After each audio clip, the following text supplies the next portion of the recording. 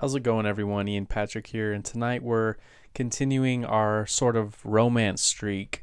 Tonight we're reviewing Break of Hearts, and Break of Hearts came out in 1935. It's not super well known, but it stars Katherine Hepburn and Charles Boyer.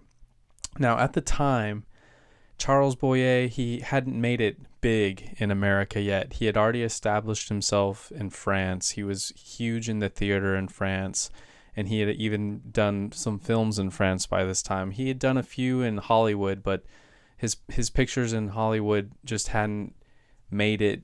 They hadn't clicked with the American people yet. I've been reading his biography lately, so that's why I know so much about Boyer. And Hepburn, she was RKO's it girl. And this film was made by RKO Pictures, but they had been struggling with her a little bit at this point. So at this point in her career, she was struggling a little bit, but of course, Katherine Hepburn, she would have a huge comeback shortly. So Break of Hearts, like I said, it's a romance film, and it's about a famous conductor named Franz Roberti, obviously played by Charles Boyer.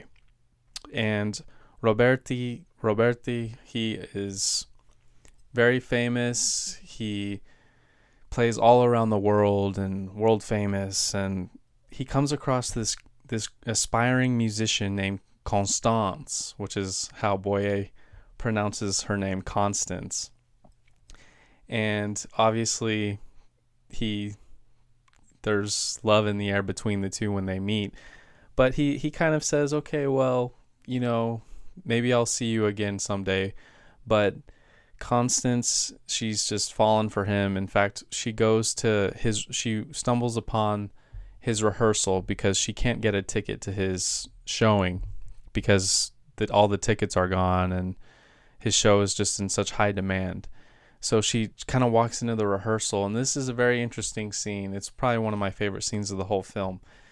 She sees Roberti, he's joking around with all the people and all the musicians, just kind of joking with them, making fun of them. It's a fun scene to watch Boyer play. He's very charming, as he's always charming in his films. But he then turns around, he says, "Who is that?" And he sees Hepburn, Constance. And of course, from that point on, he's just fallen for her. In fact, she says to him something like, "I've been in love with you ever since I saw you earlier this afternoon," because they end up going back to his place. And it's really weird, because when they go back to his place, he has pictures of all the women he's been with in his past. But it's interesting because he says, all good things have to come to an end. So he doesn't have a too positive outlook on love. She knows this before getting involved with him, and they end up getting married. And one interesting thing about this movie is, yeah, they get married, they have a beautiful honeymoon that shows them going all around the world, but eventually they settle down, they go back to America, and Charles Boyer, Roberti, he cheats on her. And this isn't very common in movies from back in the day.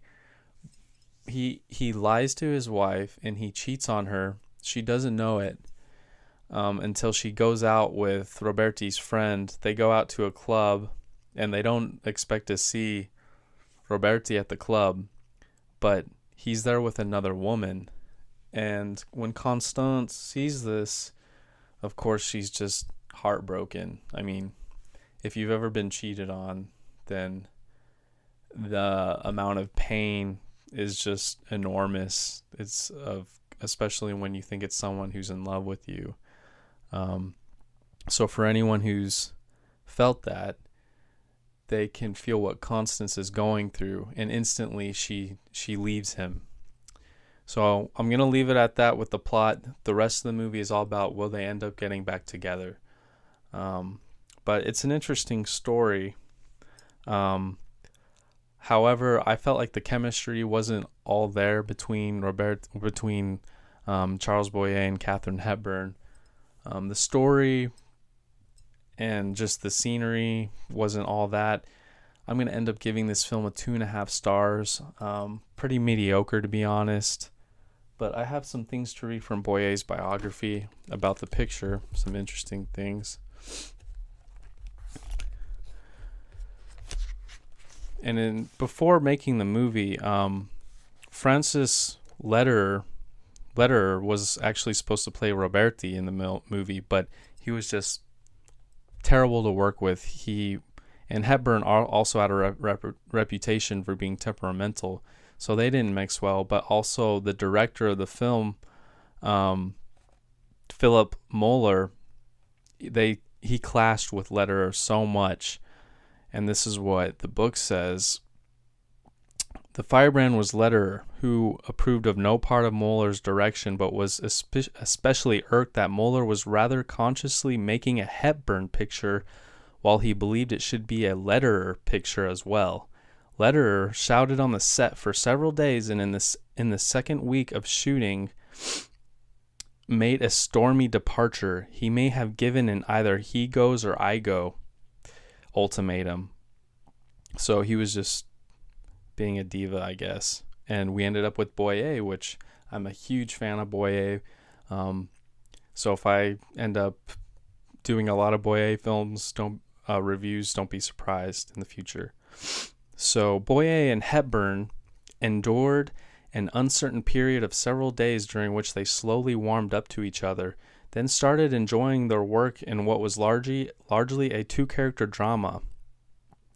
Boyer said Hepburn was the most dedicated actress he'd met in any country, and in one of the rare interviews Hepburn gave during that period, she paid him a similar compliment. So they both had quite a bit of respect for each other, evidently. Boyer also found that the director Phillip Moeller to be a splendid director of actors, as well as a decent and gracious fellow.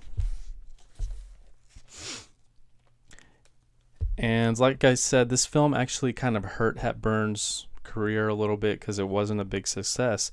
However, it proved to be a plus for Boyer. Released only 3 months after Private Worlds, which is a movie that flopped for Boyer. It verified that he was an actor of depth and considerable dimension. It fortified the impression of emotionally romantic substance. He was besieged by fan mail as he hadn't been in Hollywood or even in France.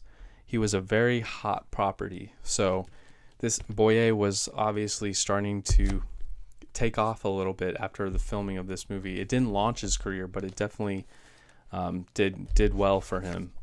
And here's just a picture from a scene from the movie.